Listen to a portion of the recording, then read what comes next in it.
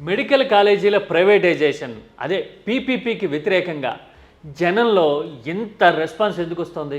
భారీ స్థాయిలో ఇలా ర్యాలీల్లో జనం పాల్గొనడం దేనికి సంకేతం? ఇదంతా వైసీపీ ప్రేరేపితమనో లేదంటే వైసీపీ చేస్తున్న రాజకీయ ఉద్యమం అనో కొట్టిపారేస్తే గనక వాస్తవాన్ని, జనాక్రోశాన్ని, ఆగ్రహాన్ని మనం తక్కువ చేసినట్టు అవుతుంది. ఎందుకో తెలుసా?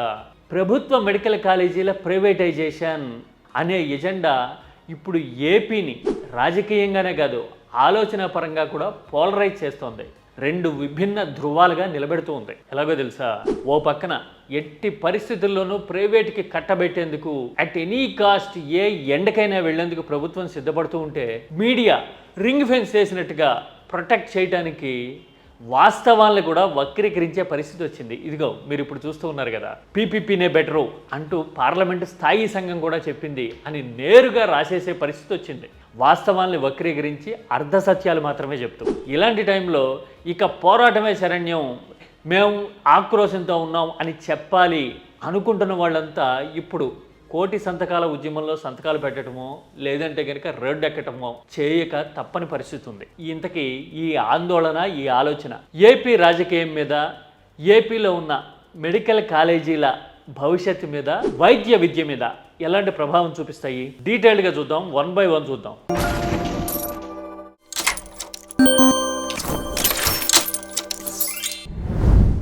ప్రభుత్వ మెడికల్ కాలేజీల్ని పీపీపీ పద్ధతిలో ప్రైవేటుకి అప్పగిస్తాం అని చంద్రబాబు ప్రభుత్వం నిర్ణయం తీసుకోవడమే కాదు, ఆల్రెడీ అడుగులు వేయడం మొదలుపెట్టేసింది.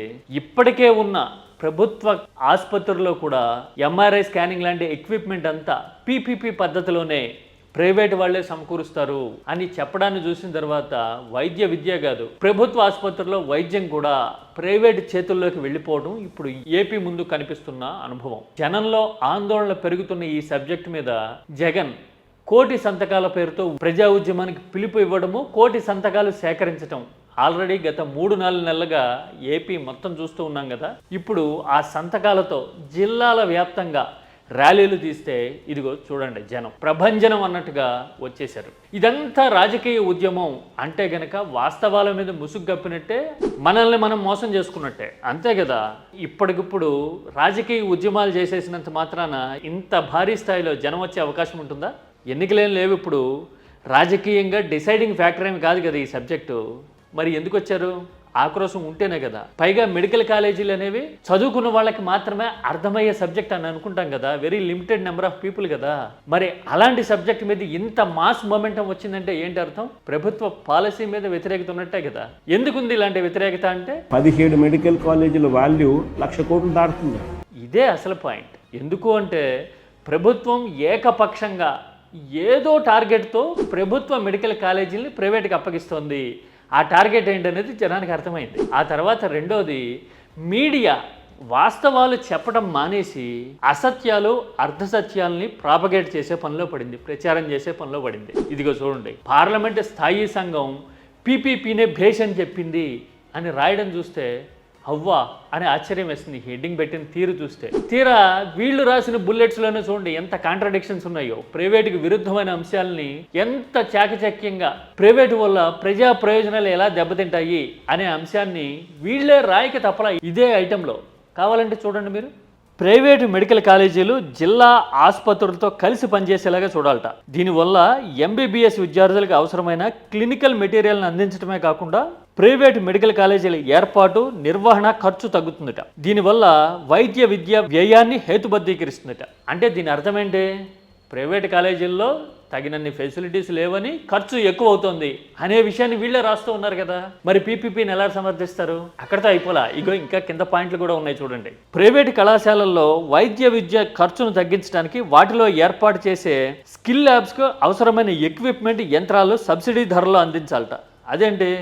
మెడికల్ కాలేజీలని పీపీపీ పద్ధతిలో బెటర్ అంటారు, మళ్ళీ వాటికి ల్యాబులకు అయ్యే ఖర్చుల్ని, స్కిల్ ఎక్విప్మెంట్ని సబ్సిడీలో అందించాలి అని ఎట్లా చెప్తారంటే రెండు పరస్పర కాంట్రాడిక్ట్ అవుతున్న విధానాలు కదా ఇవన్నీ.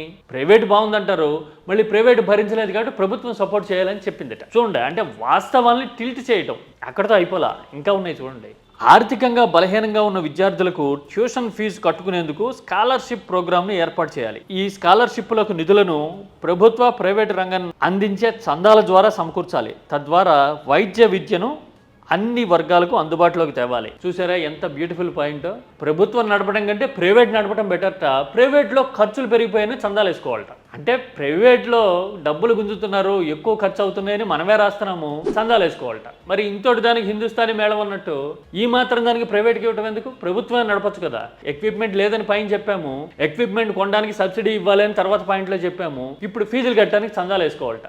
మరి ఇవన్నీ వేసుకుని ఇంత కంపల్షన్ ఏమొచ్చింది ప్రైవేట్కి అప్పగించాల్సిన అవసరం ఎందుకు అంటే మనకి ఇష్టమైన నాయకత్వం, మనకి ఇష్టమైన ప్రభుత్వం పీపీపీకి ఇచ్చింది కాబట్టి పీపీపీనే బెటరు అని పార్లమెంట్ స్థాయి సంఘం చెప్పేసింది అని జనానికి బ్రెయిన్ వాష్ చేసే ప్రయత్నం ఇదంతా.